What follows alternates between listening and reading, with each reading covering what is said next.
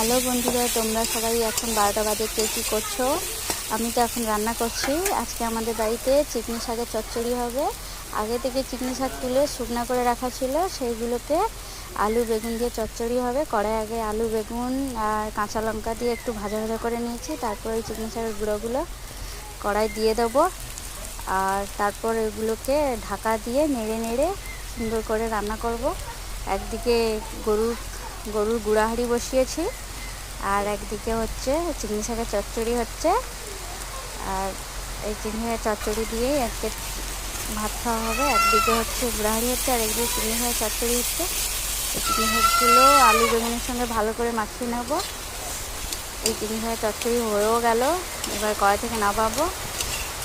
আর তোমরা বন্ধুরা কারা কারা চিকনি শাক আগে খেয়েছো, দেখেছো, কমেন্টে জানিও বন্ধুরা কেমন হলো।